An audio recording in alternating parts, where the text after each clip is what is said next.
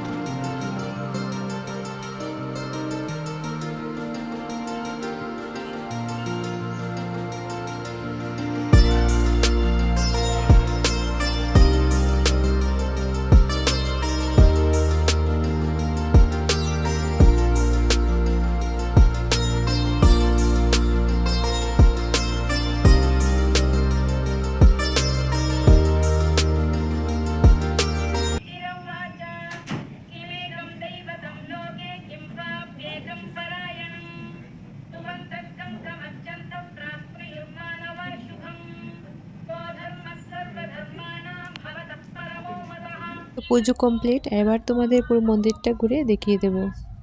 খুব একটা ভালো জায়গা পেলাম, বাড়ির একদম কাছে, মনটা একদম ভীষণ ভালো লাগছে।